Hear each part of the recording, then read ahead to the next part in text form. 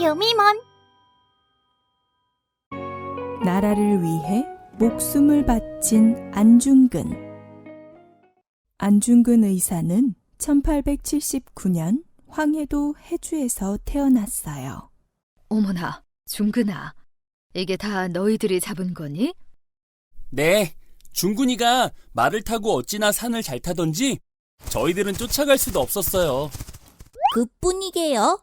사냥감에 활을 쏘았다 하면 백발백중이에요. 어린 시절 안중근의 말타기와 활쏘기 실력은 유명했다고 하는군요. 1894년 동학혁명이 일어났어요. 군수의 난폭한 정치에 견디다 못해 농민들이 들고 일어난 것이었죠. 그 일로 인해서 안중근이 살고 있던 청계동에도 동학군인 것처럼 꾸민 도둑들이 생겨 사람들을 못살게 굴었어요. 정의롭고 용감했던 안중근은 아버지를 도와 가짜 동학군을 무찔렀어요. 하지만 이 일로 안중근의 아버지는 큰 위험에 빠졌답니다. 성당에 잠시 숨어 있어야겠어.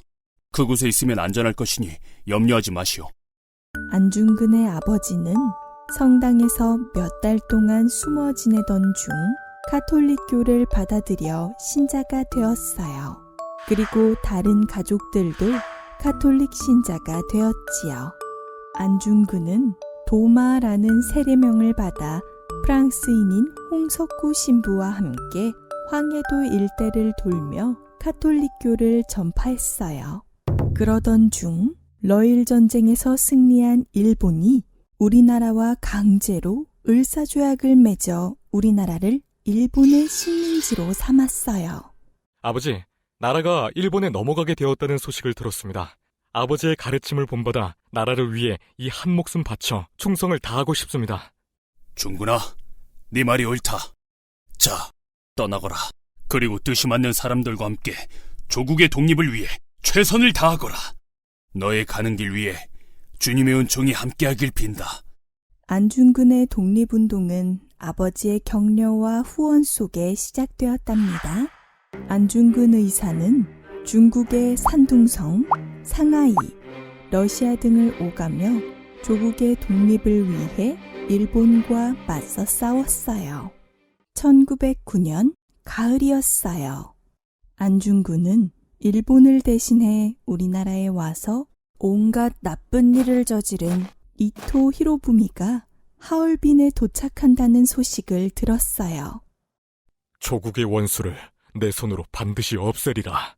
안중근은 이토 히로부미를 없앨 계획을 세웠어요. 명사수였던 안중근의 품에는 권총 한 자루가 들어있었죠. 드디어 이토 히로부미가 하얼빈역에 도착했어요.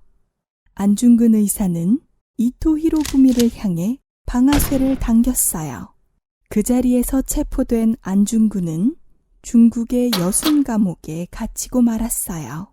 처음 법원에서는 안중근이 이토 히로부미를 암살한 이유가 타당한 것과 그의 두터운 신앙심을 높이 평가하여 무기징역을 내릴 생각이었어요. 그렇지만 일본 정부의 압력으로 사형 선고를 받게 되었어요. 일본에는 사형 이상의 형벌은 없습니까? 사형 선고를 받은 안중근이 이런 말을 하며 미소를 지었어요. 억울한 재판에 항소를 하기 마련이지만 안중근은 순순히 재판 결과를 받아들였어요. 안중근의 어머니도 담담하게 말했어요. 중근아, 너는 옳은 일을 하고 받은 형이니 비겁하게 삶을 구하지 말아라. 떳떳하게 죽는 것이 이 어미에 대한 효도다. 이렇게 해서 안중근 의사는 체포된 지 5개월 만인 1910년 3월 26일 교수형에 처해졌습니다. 안중근 의사의 두 동생은 형의 시신을 돌려받길 원했지만 일본 정부는 그 요청을 들어주지 않았어요. 안중근의 무덤은 조선인의 독립운동의 중심지가 될 것이니 절대로 시신을 돌려주어서는 안 돼. 안중근 의사는 지금도 머나먼 중국 땅에 묻힌 채 아직도 우리나라로 돌아오지 못하고 있답니다. 그렇지만 안중근 의사의 훌륭한 업적들을 토대로 많은 독립운동이 일어났고 지금은 이렇게 평화로운 자유독립국가가 되었으니 안중근 의사는 자신의 유언처럼 천국에서 몹시 기뻐하고 있을 것입니다. 대한 독립의 소리가 천국에 들려오면 나는 춤추며 만세를 부를 것이오.